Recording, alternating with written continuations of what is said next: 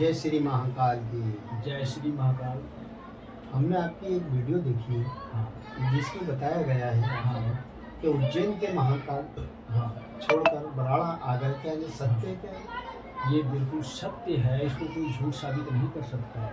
और जो मैं आज आपको बताने जा रहा हूँ ये भी सत्य है, क्योंकि आपका चैनल भी सत्य ही है, जिसका नाम ही है समय चक्र। समय चक्र के बारे में बाद में बताऊंगा, और 777 इसका भी रहस्य ये भी आपको बाद में बताऊंगा। अगला क्वेश्चन आप रखूँगा, कोई बात नहीं। और सच के साथ ये स्वयं महाकाल का ही चैनल है, लेकिन फिर बात करेंगे इसके बारे में। लेकिन हम बताते हैं आपको, आपके सवालों के जवाब अवश्य देंगे। हमारे दर्शकों को विस्तार से आप बताएं। महाकाल का बड़ा रोचक प्रश्न है ये। हाँ, दर्शकों के लिए वो जानना चाहते हैं कि कैसे आ गए यहाँ पे और क्या कारण है उनका यहाँ बराड़ा में आने का। ये बहुत ही रोचक आपके सवाल हैं। कुछ लोगों को तो गुस्सा भी आ रहा होगा, ये महाकाल को यहाँ से ले गए। जिनकी समझ में नहीं आएगा वो कहेंगे महाकाल को ले गए, लेकिन मैं महाकाल को लेकर आने वाला कौन होता हूँ? इतनी दम मेरे अंदर है नहीं, इतनी पावर मेरे अंदर है नहीं कि मैं स्वयं महाकाल को वहाँ से लेकर आ सकूँ। मेरे गुरु के मार्गदर्शन से, श्री त्रिलोक भारती जी के मार्गदर्शन से मैं वहाँ गया था महाकाल जी का आशीर्वाद लेने। मुझे सिर्फ इतना ही बताया गया था, मतलब ये कि मेरे गुरुदेव सिर्फ इतना आदेश दिए थे कि अभी परिवर्तन करने का समय आ रहा है, तेरे कार्य सारे पूर्ण हो चुके हैं, तुझे पूर्ण कर दिया गया है और तुझे आवश्यकता है महाकाल के आशीर्वाद की। उज्जैन जाना होगा तुझे। मैं अपनी तैयारी कर लिया। तो बाद में मुझे पता लगा कि वहाँ यज्ञ भी करना है और जलाभिषेक भी करना है। तब ने आपके माध्यम से और नरेंद्र जी के माध्यम से वहाँ पे सारी व्यवस्था करवा दी थी, लेकिन प्रशासन ने यज्ञ करने की परमिशन नहीं दी। जब हमने जलाभिषेक वहाँ पर नहीं किया, यज्ञ नहीं किया, इसका मतलब क्या है? युग परिवर्तन करने के लिए जो आए हैं काल पुरुष, वो काल पुरुष महाकाल का आशीर्वाद लेने के लिए गए थे। और जब तक जलाभिषेक नहीं वहाँ करते, जब तक यज्ञ नहीं करते, तब तक महाकाल प्रसन्न नहीं होते, तब तक जो है कि महाकाल आशीर्वाद देते नहीं। यही कारण था कि जब वो समय निकल गया, हमने जो एप्लीकेशन लगाया था, ये लगभग मेरे ख्याल से 17 तारीख की बात है, 17 जुलाई की, और सुबह 7:15 बजे का टाइम था जलाभिषेक का।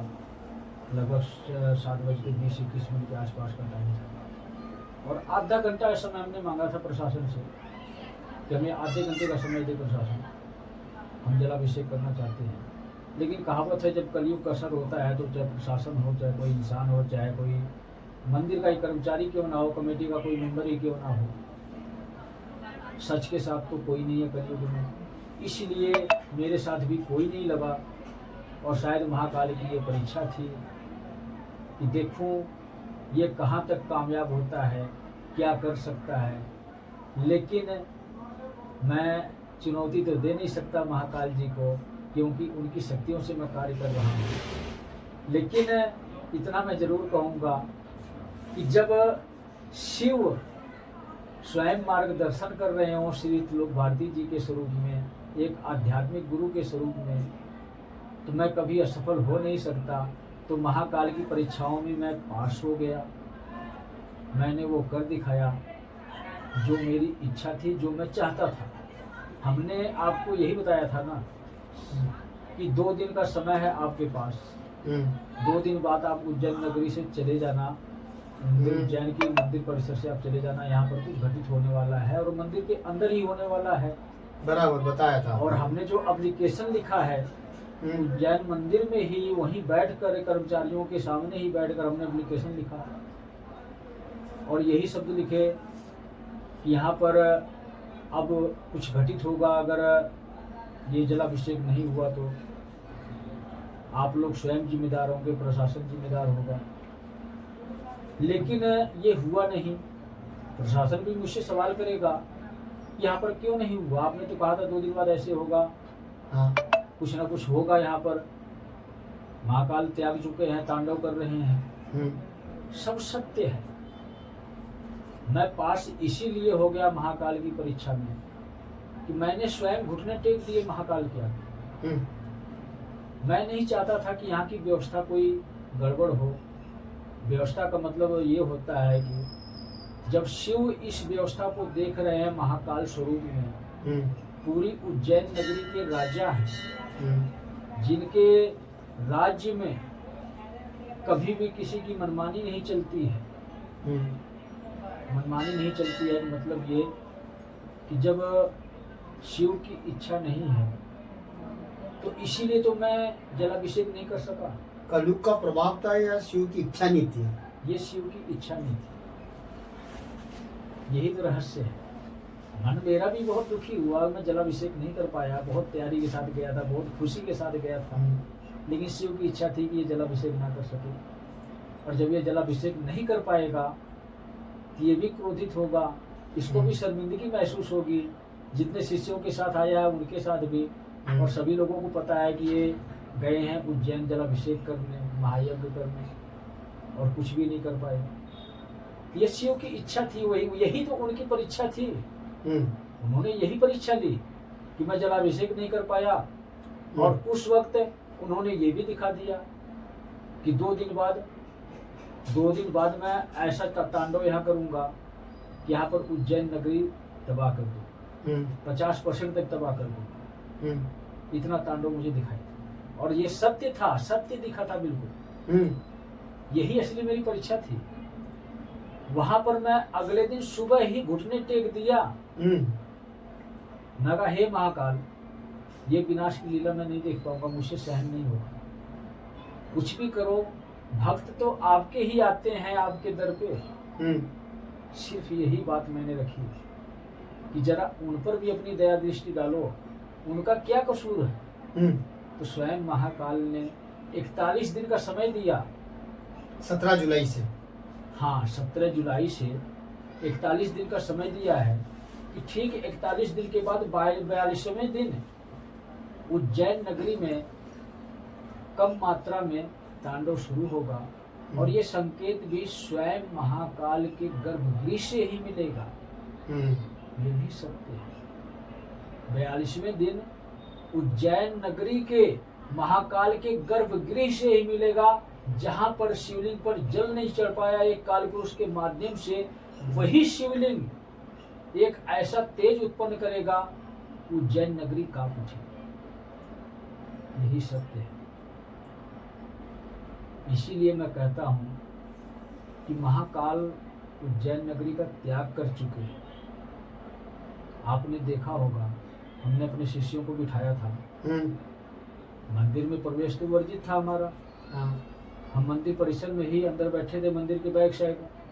जब उसका वीडियोस बनाया हमने हमारे पास। जब आरती हो रही थी, और ये भी बोला कि कुछ समय के लिए 5-10 मिनट के लिए सभी लोग ध्यान लगा के बैठ जाओ, जिसमें 2-3 मिनट बहुत ही अहम था।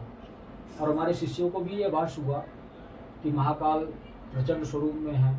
किसी को तांडव शरीर स्वरूप दिख रहा, किसी को ध्यान के माध्यम से हुआ उनको। हाँ, अध्यात्म के माध्यम से, ध्यान के माध्यम से उनको एनर्जी का एहसास हुआ। सिर्फ यही एहसास कराना चाहते थे कि यही आरती महाकाल की तांडव स्वरूप की लास्ट आरती है उज्जैन की। इसी कार्य के लिए महाकाल आए थे। इसीलिए महाकाल का तांडव स्वरूप में मूर्ति या फोटो घर में नहीं रखते हैं। इसीलिए महाकाल की तांडव स्वरूप की कभी पूजा नहीं होती। जब पहली बार उज्जैन में सुबह की आरती तांडव स्वरूप में हुई महाकाल की, तो वही समय था कि पूरे विश्व के लिए, पूरी दुनिया के लिए शिव का तांडव शुरू हो गया। जब शिव तांडव करेंगे तभी तो काल पुरुष कार्य करेगा। इंसान को तो सिर्फ माध्यम बनाए हैं सजा देने के लिए, और वो इंसान मैं ही हूँ, मेरे माध्यम से ही होना है। जब मैं वहाँ जलाभिषेक नहीं कर सका तो शिव का तांडव शुरू हो गया। तांडव शुरू हो गया तो अब कभी वो शांत नहीं होंगे। अब वो कार्य करने के लिए, इसीलिए मैं आपको कहता हूँ कि महाकाल उज्जैन नगरी का त्याग कर चुके हैं, क्योंकि ये काल पुरुष के माध्यम से युग परिवर्तन में हो रहा है। तो काल पुरुष महाकाल की शक्तियों से ही चल रहे हैं। तो महाकाल स्वयं मुझसे प्रसन्न होकर, जो मैंने आपको बताया कि मेरी परीक्षा लिए स्वयं महाकाल, ये मेरी असली परीक्षा थी, असली परख थी। इस पृथ्वी पे आके इसकी क्षमता कितनी है, दया दृष्टि कितनी है, किस प्रकार से यह खरा उतरेगा युग परिवर्तन के कार्य में। स्वयं महाकाल ने मेरी परीक्षा ली। हमारे गुरु के आदेश से, श्री त्रिलोक भारती जी के आदेश से, कि मैंने रण के क्षेत्र के लिए योद्धा तैयार कर दिया है जो काल पुरुष के नाम से है, और आशीर्वाद लेने के लिए आपके पास भेजा है। और आप एक बार स्वयं परीक्षा लो इसकी, देखो कहाँ तक खरा उतरता है। तो मैं वहां पर भी पास हो गया और महाकाल प्रसन्न होकर मुझसे हमेशा के लिए मेरे साथ चले आए। और जब तक शिव युग चलेगा तब तक महाकाल काल पुरुष के साथ साथ पल पल चलेंगे, लेकिन यही काल पुरुष महाकाल की नगरी को सूनी नहीं रखेगा। जब युग परिवर्तन पूर्ण हो जाएगा, जब सत्य सनातन धर्म की ध्वजा लहरा दी जाएगी पूरे विश्व के लिए, तब स्वयं महाकाल को यह काल पुरुष उज्जैन वहीं पर वापस छोड़ के आएगा मान सम्मान के साथ। तब महाकाल उज्जैन की नगरी में वास करेंगे दोबारा से। हमारे दर्शक जानना चाहते हैं और वहाँ के महापंडित लोग भी जानना चाहेंगे कि आखिर में महाकाल जो है बराड़ा पहुँच चुके हैं, तो उसके बारे में प्रमाण मांगेंगे वहाँ के पंडित। देखो, उसके बारे में आप क्या बताना चाहेंगे उनको? मैं आपको समझ सकता हूँ, आपकी बातों को समझ सकता हूँ। सत्य का कोई प्रमाण नहीं होता।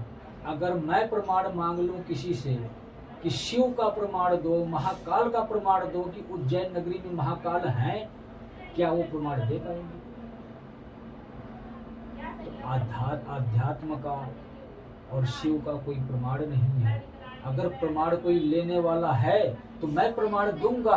पहले अध्यात्म में प्रवेश करो, अपनी शक्तियों को जगाओ, अपनी आत्मा को जगाओ, भगवान को पहचानो, उनकी एनर्जी को पहचानो। मैं प्रमाण 100% दूंगा, पूरी दुनिया को दूंगा, पूरी समाज को दूंगा। कहावत है ना, मानो तो पत्थर और ना मानो तो कुछ भी नहीं। आप उज्जैन वासियों एक मिनट आप सुनो, ना मानो तो कुछ भी नहीं, और मन के भाव से मान लो तो वो पत्थर नहीं, वो भगवान बन जाते हैं। लेकिन मन के भाव से मानना पड़ेगा ना। आंखों से तो मूर्ति दिखती है, भगवान कब दिखेंगे उस मूर्ति में, उस पत्थर में? भाव से ही हम भगवान को हाँ। मानते हैं। तो ये सत्य ऐसा ही है। मैं कहता हूं कि उज्जैन नगरी का त्याग कर चुके हैं तो कर चुके हैं। 41 दिन का टाइम दे दिया है महाकाल ने, तो दे दिया है। और 41 दिन के बाद अगर कोई वहां जाएगा तो कभी भी वो वापस नहीं आ सकता। उज्जैन वासियों को आप बचाने का क्या प्रयास करेंगे? उनको बचाने के लिए ही महाकाल ने चेतावनी दी है और ये समय दिया है 41 दिन का। 41 दिन के बाद उस मंदिर में प्रवेश बिल्कुल भी ना करना, उज्जैन नगरी में रहना, लेकिन मंदिर के अंदर प्रवेश वर्जित है। और जो जाएगा तो वो वापिस नहीं आएगा। अगर वापिस आ गया तो काल पुरुष उसको सजा दे। गर्भगृह मंदिर के अंदर ही ये हादसा होना, जो भी होना है आपके अनुसार? वहां से संकेत आएंगे महाकाल के। शिव स्वयं इस युग परिवर्तन कर रहे हैं। महाकाल शहर के अंदर कोई हलचल ऐसी? आप बात सुनो, आप मेरी देखो, वो लोगों को सवाल रह जाएंगे। शिव स्वयं युग परिवर्तन कर रहे हैं। अपने प्रचंड स्वरूप महाकाल स्वरूप में जो शक्ति उनकी स्थापित हुई है पृथ्वी पर, उन्हीं शक्तियों का इस्तेमाल काल पुरुष कर रहे हैं। मतलब मैं स्वयं कर रहा हूँ। तो संकेत कौन देगा? आखिरी संकेत तो महाकाल ही देंगे ना। पृथ्वी पर महाकाल हैं, शिव तो नहीं दे सकते। महाकाल पृथ्वी पर महाकाल से संकेत देंगे। तो 41 दिन बाद ये संकेत उज्जैन नगरी महाकाल के गर्भगृह में से ही निकलेगा, उसी शिवलिंग में से ही निकलेगा। वो तेज, वो एनर्जी जब निकलेगी, फिर कोई भी विनाश की लीला को रोक नहीं पाएगा। यही सत्य है। और समय समय पर सब जगह तीव्रता बढ़ती जाएगी प्राकृतिक आपदाओं की। ना सरकार बचा सकती है, ना कोई प्रशासन बचा सकता है। दर्शकों को हम आप ये बताना चाहे कि उज्जैन शहर के अंदर कुछ होना है या ना होना है? उज्जैन शहर के अंदर कुछ नहीं होगा, लेकिन कर्मों के अनुसार जो जैसा किया हुआ वो होगा। चाहे वो कहीं भी छिप के बैठ जाए, उसके साथ वही होगा जो काल पुरुष की इच्छा होगी, वही होगा। क्योंकि महाकाल अब वहाँ नहीं है। यही कारण है कि महाकाल उस नगरी का त्याग किए कि ताकि मेरी नगरी में से भी अधर्म का सफाया हो सके। अगर महाकाल रहते तो काल पुरुष कभी भी वहाँ नहीं जाता, अधर्मी को भी सजा देने के लिए नहीं जाता। यही सोच समझकर महाकाल मुझसे प्रसन्न भी हुए और अपनी नगरी का त्याग कर दिए कि इस नगरी का भी कार्यभार मैं तुझे देता हूँ। मैं अति प्रसन्न हूँ, खुश हूँ तुझसे कि मेरी परीक्षाओं में तू पास हुआ। इसलिए उन्होंने नगरी का त्याग कर दिया और जब तक मैं बराड़ा धाम पर मेरी इच्छा है तब तक उनको यहाँ पर स्थान दे सकता हूँ। लेकिन आखिर मेरी में सुनो, मेरी इच्छा नहीं है कि मैं उनको यहाँ पर स्थान दूं। बराड़ा धाम में आने का क्या है ऐसा कारण महाकाल को? कारण ही यही है, युग परिवर्तन चल रहा है। बराड़ा ही क्यों चुना गया है? ये पंच द्वार है। भविष्य मालिका में इसका आपको वर्णन मिलेगा कि पंचम द्वार से ही कल्कि जी आएंगे। तो उसमें थोड़ा सा संकेत स्वरूप में संतों ने ही उलझा दिया, क्योंकि सत्य रहस्य होता है, रहस्य ही शिव है। इसलिए संकेत रूप में सत्य लिखा गया है। समझने वाला ये समझता है कि विष्णु जी है।